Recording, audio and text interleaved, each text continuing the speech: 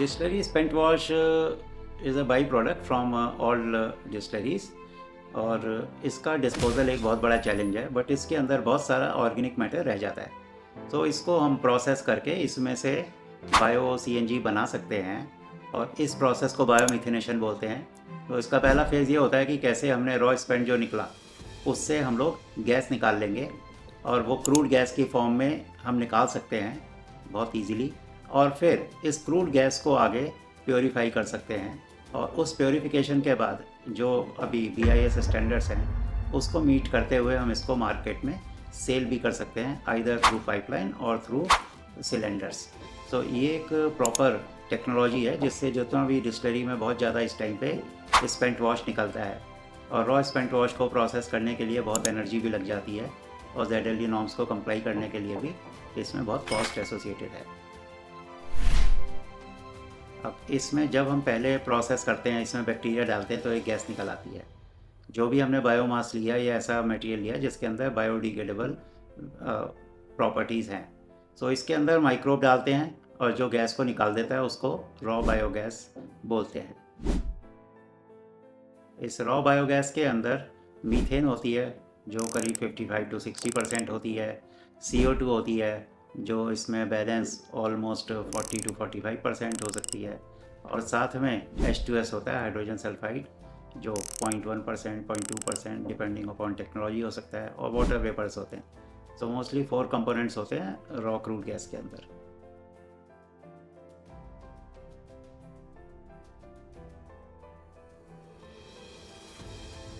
Raw biogas को हमें match करना है अगर नेचुरल गैस से, बिकॉज मार्केट के अंदर अभी जो बिकता है उसे हम बोलते हैं natural gas, CNG compress natural gas और PNG पाइप नेचुरल गैस। उसके इंडस्ट्री स्टैंडर्ड्स बने हुए हैं, तो हमें उस इंडस्ट्री स्टैंडर्ड को मैच करने के लिए इसको प्योरीफाई करना पड़ेगा। तो जब रॉ गैस को हम प्योरीफाई कर लेते हैं उसके बाद वो मार्केट में सेलेबल हो जाती है as a replacement of CNG और PNG।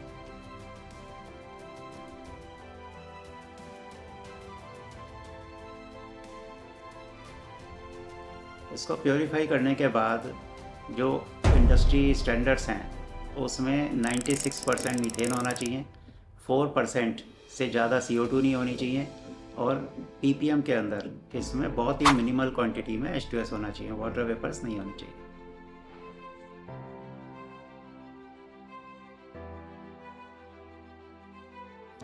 इस गैस को सेल करने के लिए अभी जितनी भी ऑयल मार्केटिंग कंपनीज़ हैं वो एग्रीमेंट्स में एंटर हो सकते हैं। उनके पास जाके उनसे लॉन्ग टर्म एग्रीमेंट किया जा सकता है सेल का, या तो उन्हें सिलेंडर से भेज सकते हैं या पाइपलाइन से उनकी पाइपलाइन में इंजेक्ट किया जा सकता है।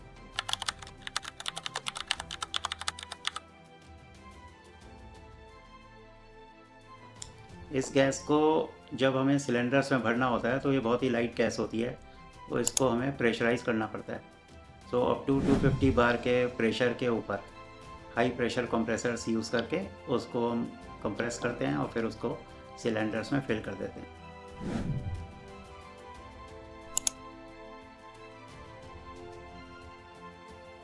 तो ये सारी गैस जितनी भी चलती है वो एक गैस ग्रिड है, नेशनल गैस ग्रिड, जिसके थ्रू ये गैस ट्रांसपोर्ट होती है। और अगर ये पाइपलाइन, जैसे हमारे घरों में भी गैस आती है तो पाइप से आती है, उसको हम PNG बोलते हैं, पाइप नेचुरल गैस। सो इसी तरीके से जिस गैस ग्रिड के अंदर गैस हमारे पास आ रही है उस ग्रिड के अंदर भी हम इंजेक्ट कर सकते हैं, और उसके लिए हमें जो स्टैंडर्ड्स फॉलो करने पड़ेंगे उनके वो फॉलो करके उससे एग्रीमेंट करके local city gas supply companies के साथ एग्रीमेंट करके गैस को इंजेक्ट किया जा सकता है।